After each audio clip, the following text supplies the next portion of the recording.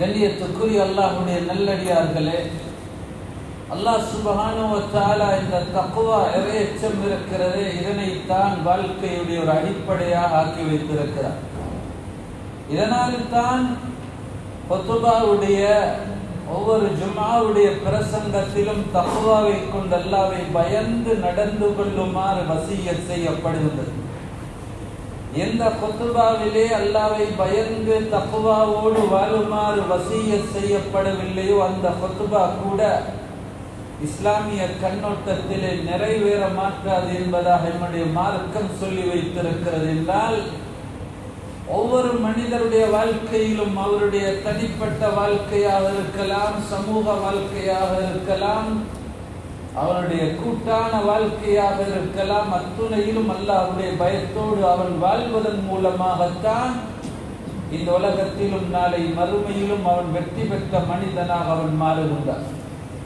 அல்லாஹ்வை பயந்து தக்வாவோடு இறையச்சத்தோடு வாழக்கூடிய ஒரு மனிதன் தான் வாழ்க்கையிலே அவன் வெற்றி அடைந்து கொள்வான். எங்களுடைய வணக்க வழிபாடுகளாக இருந்தாலும், எங்களுடைய தனிப்பட்ட வாழ்க்கையாக இருந்தாலும், சமூக வாழ்க்கையாக இருக்கலாம், பொருளாதார எதுவாக இருந்தாலும், எதிலே அல்லாஹ்வுடைய பயம் இருக்குமோ, தக்வா இருக்குமோ, அதுதான் நமக்கு வெற்றி ஈட்டி தரக்கூடியதாக இருக்கிறது.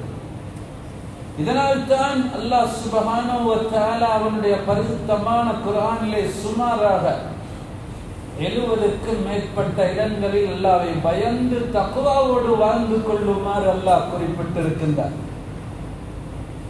ஸல்லல்லாஹு அலைஹி வஸல்லம் அருமை சஹாபாக்களுக்கு அடிக்கடி தக்வாவை கொண்டும் தொழுகையை கொண்டும் மக்களுக்கு அவர்கள் வசியத் செய்து கொண்டிருந்தார்கள்.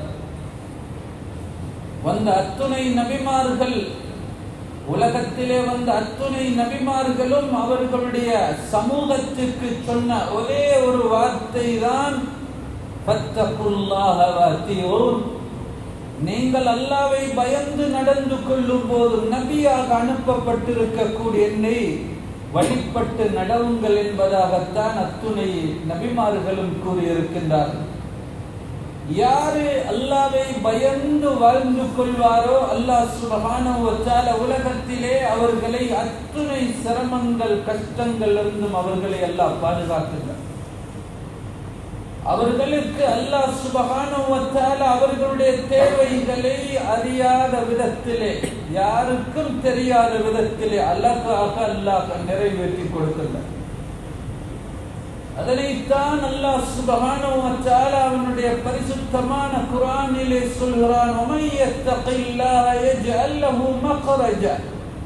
அல்லாஹ்வை பயந்து வாழக்கூடிய மனிதன் அவனுக்கு அல்லாஹ் அத்துணை சங்கடங்கள் கஷ்டங்கள் இருந்தும், எல்லா விதமான பிரச்சனைகள் இருந்தும் வெளியாகக்கூடிய வழியை அல்லாஹ் அமைத்து தருவான் என்று கூறிவிட்டு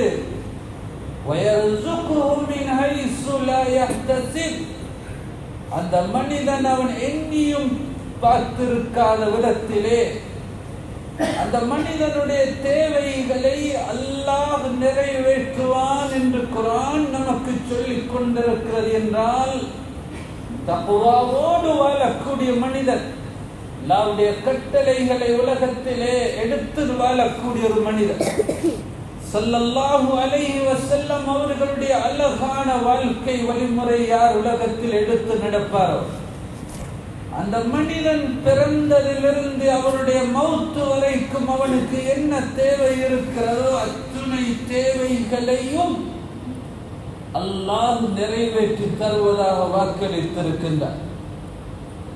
ஸல்லல்லாஹு அலைஹி வஸல்லம் தன்னுடைய கடைசி ஹஜ்ஜுடைய சந்தர்ப்பத்திலும் கூட இந்த உம்மத்தினரை பார்த்து அவர்கள் கூறின ஒரே ஒரு வார்த்தை, அது இத்தகுல்லாஹ வஸல்லு ஹம்ஸக்கும். நீங்கள் அல்லாஹ்வை பயந்து வாழ்ந்து கொள்வதோடு உங்களுக்கு கடமையாக்கப்பட்ட 5 நேரத்துடைய தொழுகையையும் தொழுது வாருங்கள் என்பதாக ஸல்லல்லாஹு அலைஹி வஸல்லம் அவர்கள் தங்களுடைய இறுதி ஒரு உபதேசமாக இந்த சமூகத்திற்கு ஒவ்வொரு மனிதரும் 5 நேரம் தொழுது வர வேண்டும், தக்வாவோடு தன்னுடைய வாழ்க்கை அவன் கழித்துக் கொள்ள வேண்டும் என்பதாக கூறிவிட்டு இந்த உலகத்தை விட்டும் ஸல்லல்லாஹு அலைஹி வஸல்லம் சென்றிருக்கிறார்கள் என்றால் உண்மையிலே ஸல்லல்லாஹு அலைஹி வஸல்லம் இறுதியாக எங்களுக்கு சொன்ன அந்த உபதேசத்தை ஒவ்வொரு முஸ்லிமும் தம்முடைய வாழ்க்கையிலே எந்த அளவுக்கு அவர் பேணி நடக்க வேண்டும் என்பதைத்தான் நாம் சற்று சிந்திக்க வேண்டும். பள்ளி வாயில்கள் எல்லாம் இன்று அலங்கரிக்கப்பட்டு எல்லா விதத்திலும் அவைகள் ஜொலித்துக் கொண்டிருக்கிறது. ஆனால் அல்லாஹ்வுடைய மாளிகையிலே அல்லாஹு அக்பர் என்று அல்லாஹ்வுடைய அழைப்பு வரக்கூடிய நேரத்திலே தொழுகைக்காக வேண்டி எவ்வளவு முக்கியம் கொடுக்கின்றோம் என்பதைத்தான் நாம் சற்று சிந்தித்து பார்க்க வேண்டும்.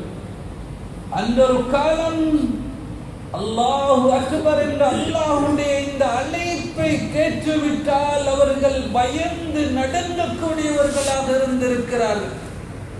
வானங்களுக்கும் பூமிகளுக்கும் மலைகளுக்கும் அல்லாஹ் கொடுத்த ஒரு அமானிதத்தை நிறைவேற்றக்கூடிய நேரம் வந்துவிட்டதே, இந்த தொழுகையை நான் சரியாக தொழுது முடிப்பேனா என்றுதான் அன்று பயந்து கொண்டிருந்தார்கள். இன்று அதானுடைய சத்தம் கேட்கப்படுகிறது. பள்ளி வாயிலுக்கு எந்த அளவுக்கு தொழுகைக்காக மகத்துவம் கொடுக்கப்படுகிறது என்பதைத்தான் நாம் சற்று சிந்திக்க வேண்டும். ஒரு ஊர்வாசிகள், ஒரு கிராமத்தில் வாழக்கூடியவர்கள் ஈமானோடு தக்வாவோடு வாழ்ந்தால் அல்லாஹ் வானத்துடைய பூமிகளுடைய பரக்கத்துடைய வாயில்களை அல்லாஹ் அவர்களுக்கு திறந்து கொடுப்பான். அல்லாஹ் ரப்புல் ஆலமீன் சொல்லுகின்றான், வலவ் அன்ன அஹ்லல் குரா ஆமனு வத்தகவ், ஒரு கிராமவாசிகள் அவர்கள் ஈமானோடு தக்வாவோடு வாழ்ந்தார்கள் என்றால் லஃபதஹ்னா அலைஹிம் பரக்காத்தின் மினஸ் ஸமாஇ வல் அர்த், அவர்களுக்கு வானம் பூமிகளுடைய பரக்கத்துடைய வாயில்களை திறந்து விடுவோம் என்று அல்லாஹ் கூறுகின்றார். ஒரு ஊர்வாசிகள் தொழக்கூடியவர்களாக இருந்தார்கள் என்றார் அல்லாஹ்வுடைய கட்டளைக்கு மதிப்பளித்து வாழக்கூடியவர்களாக இருப்பார்கள் என்று சொன்னார். அல்லாஹ் ரப்புல் ஆலமீன் அந்த ஊர் மக்களுக்கு பரக்கத்தான வாழ்க்கையை கொடுப்பதாக நமக்கு அல்லாஹ் வாக்களித்து வைத்திருக்கிறார். யாருடைய வாழ்க்கையிலே தக்வா இருக்குமோ அந்த மனிதன் தான் தன்னை பாவங்கள் இருந்து அவனால் தான் பாதுகாத்துக் கொள்ள முடியும். அல்லாஹ்வுடைய பயமுள்ள ஒரு மனிதன் அவன் ஒரு சின்ன ஒரு பாவம் செய்வதாக இருந்தாலும் கன்னஹு காயிதுன் தஹ்த ஜபல், அந்த மனிதன் ஒரு மலைக்கு கீழால் அமர்ந்திருப்பதை போன்று அந்த பாவத்தை செய்துவிட்டால் அல்லாஹ்வுடைய தண்டனை இறங்கி இவனுடைய தலைக்கு மேலால் ஒரு பாறாங்கல் வந்து அப்படியே இவனை சுக்குநூறாக ஆக்கிவிடுமோ என்றுதான் அவன் பயந்து கொண்டிருப்பான். அல்லாஹ்வுடைய பயம் இல்லாத ஒரு மனிதன் எவ்வளவு பெரிய ஒரு பாவம் செய்வதாக இருந்தாலும் தன்னுடைய மூக்கை கடந்து சென்ற தான் தட்டிவிட்ட ஒரு ஈயை போன்றுதான் அந்த பாவத்தை அவன் காண்பான். ஒரு ஈமானுடைய மனிதனுக்குரிய அடையாளம் என்னவென்றால் அவனுடைய உள்ளத்தில் அல்லாஹ்வுடைய பயம் இருக்கும். அதே நேரத்திலே செய்த அமல்களை வைத்து அந்த மனிதன் அல்லாஹ்விடம் ஆதரவு வைப்பான். சஹாபாக்களிடத்திலே எந்த அளவுக்கு அல்லாஹ்வுடைய பயம் தக்வா இறையச்சம் இருந்தது என்றால் உலகத்திலே ஸல்லல்லாஹு அலைஹி வஸல்லம் அவர்களினாலே சொர்க்கவாதி என்று சொல்லப்பட்ட இப்படிப்பட்ட அந்த சஹாபாக்கள் கூட பயந்து வாழ்ந்திருக்கின்றார்கள். ஹஜ்ரத் உமர் ரலியல்லாஹு அன்ஹு அவர்களிடத்திலே ஒரு நாள் அவர்கள் மக்களுக்கு உபன்யாசம் செய்து கொண்டிருக்கக்கூடிய நேரத்திலே சொன்னார்கள், நாளை மஹ்ஷர் மைதானத்திலே அத்துணை மனிதர்களையும் அல்லாஹ் ரப்புல் ஆலமீன் ஒரு மைதானத்திலே அவன் ஒன்று சேர்த்து நீங்கள் அனைவரும் சொர்க்கலோகத்திலே நுழைந்து விடுங்கள் ஒரு மனிதரை தவிர என்று அல்லாஹ் சொன்னால் அந்த ஒரு மனிதர் இந்த உமர் நானாக இருப்பேனோ என்று நான் பயப்படுகிறேன் என்பதாக ஹஜ்ரத் உமர் கத்தாப் ரலியல்லாஹு அன்ஹு அவர்கள் கூறினார். உலகத்திலே அத்துணை மனிதர்களும் சொர்க்கம் சென்று விடுங்கள், ஒரு மனிதனிடத்திலே விசாரணை இருக்கிறது என்றால் அது நானாக இருப்பேனோ என்பதாக ஹஜ்ரத் உமர் கத்தாப் ரலியல்லாஹு அன்ஹு அவர்கள் பயந்திருக்கின்றார். சில கட்டங்களிலே பூமியிலே கீழே விழுந்திருக்கும் துரும்பை எடுத்துக்கொண்டு ஹஜ்ரத் உமர் ரலியல்லாஹு அன்ஹு அவர்கள் யா லைத்தனி குன்து ஹாதிஹி திப்னா, இந்த உமர் இந்த உலகத்திலே இந்த துரும்பாக இருந்திருக்க கூடாதா, லைத்தனி லம் உக்லக், இந்த உலகத்திலே நான் பிறந்திருக்க கூடாதா என்பதாக நாளை மறுமையிலே அல்லாஹ்விடத்திலே எந்த ஒரு தண்டனையும் எந்த ஒரு கேள்வி கணக்கும் இருக்க மாட்டாது என்பதாக சில நேரங்களிலே துரும்பை எடுத்துக்கொண்டு உமர் கத்தாப் ரலியல்லாஹு அன்ஹு அவர்கள் இந்த துரும்பாக இருந்திருக்க கூடாதா என்பதாக அவர்கள் கேட்பார்கள். கண்ணியத்துக்குரியவர்களே, அல்லாஹ்வுடைய நல்லடியார்களே, உண்மையான மோமின்கள் யார் என்று சொன்னால் அல்லாஹ் சுப்ஹானஹு வ தஆலா சொல்கிறான், இன்னமல் முஃமினூன இதா ذுகிரல்லாஹு வஜிலத் குலூபுஹும், அல்லாஹ் என்று சொன்னால் அவர்களுடைய உள்ளங்கள் பயந்து நடுங்கும் என்பதாக அல்லாஹ் ரப்புல் ஆலமீன் கூறுகிறான். என்றால் அல்லாஹ் என்று சொல்லக்கூடிய நேரத்திலே, அல்லாஹ்வுடைய அழைப்பு வரக்கூடிய நேரத்திலே அல்லாஹு அக்பர் என்று சொல்லும் போது எங்களுடைய உள்ளங்களில் எந்த அளவுக்கு அல்லாஹ்வுடைய பயம் வருகிறது என்பதை சிந்தித்து பார்க்க வேண்டும். ஸல்லல்லாஹு அலைஹி வஸல்லம் அவர்களுடைய காலத்திலே சிறியவர்கள் அவர்களையும் பள்ளி வாயிலுக்கு அழைத்து வரக்கூடியவர்களாக இருந்திருக்கின்றார்கள். ஒரு அன்சாரி, அவருடைய மடியிலே ஒரு சிறுவன் இருந்தான். ஸல்லல்லாஹு அலைஹி வஸல்லம் அவர்கள் மக்களுக்கு அவர்கள் உபன்யாசம் செய்யும் போது குர்ஆனுடைய ஒரு வசனத்தை தான் ஓதினார்கள். யா அய்யுஹல்லதீன ஆமனூ கூ அன்ஃபுஸக்கும் வ அஹ்லீக்கும் நாரா வகூதுஹா அன்-நாஸ் வல் ஹிஜாரா, ஈமான் கொண்டவர்களே, நீங்கள் உங்களையும் உங்களுடைய குடும்பத்தாரையும் நரகத்திலிருந்து பாதுகாத்துக் கொள்ளுங்கள். அந்த நரகத்துடைய எரிக்கொள்ளிகள் மனிதர்களும் கற்களுமாக இருப்பார்கள் என்று சொன்னவுடன் அந்த சிறுவன் மயக்கமுற்று கீழே விழுந்தார். அந்த சிறுவனை மீண்டும் மடியிலே வைத்து மயக்கம் தெளியுமாறு தண்ணீரை ஊற்றப்பட்டது, தெளிக்கப்பட்டது. ஆனால் விழிக்கவில்லை. ஸல்லல்லாஹு அலைஹி வஸல்லம் அந்த சிறுவனை தன்னுடைய மடியில் வைத்துக் கொண்டு சொன்னார்கள், நீங்கள் இந்த சிறுவன் அவனுடைய விடயத்திலே அல்லாஹ்வுடைய தக்வாவின் காரணமாக இந்த சிறுவன் அவனுடைய இதயம் வெடிக்கின்றது, அவனுடைய நாடி நரம்புகள் வெடிக்கின்றது என்பதாக ஸல்லல்லாஹு அலைஹி வஸல்லம் சொல்லிவிட்டு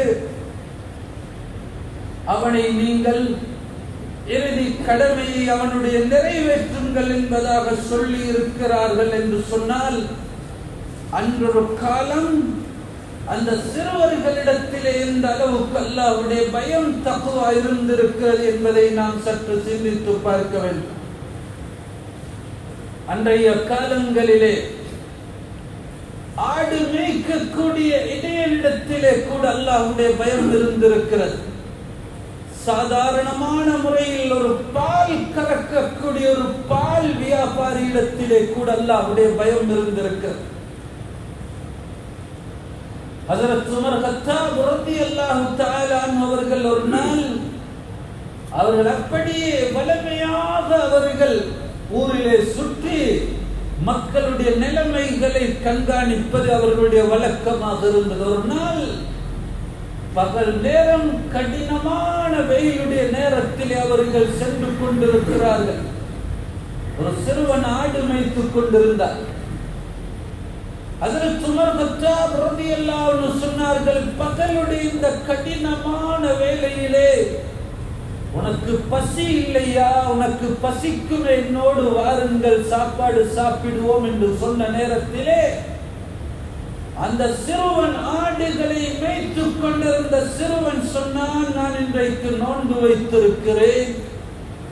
ஸல்லல்லாஹு அலைஹி வஸல்லம் அவர்கள் பிறந்த திங்கட்கிழமை அன்று ஒரு சுன்னத்தான நோன்பு அவன் நோட்டிருக்கிறான். உடனே உமர் கத்தாப் ரலியல்லாஹு அன்ஹு அவர்கள் இந்த சிறுவனை பரீட்சிக்க வேண்டும் என்பதற்காக, இந்த ஆடுகள் யாருடைய ஆடுகள் என்று கேட்ட நேரத்தில் அந்த சிறுவன் சொன்னான், இது என்னுடைய எஜமானருடைய ஆடுகள் என்று சொன்னான்.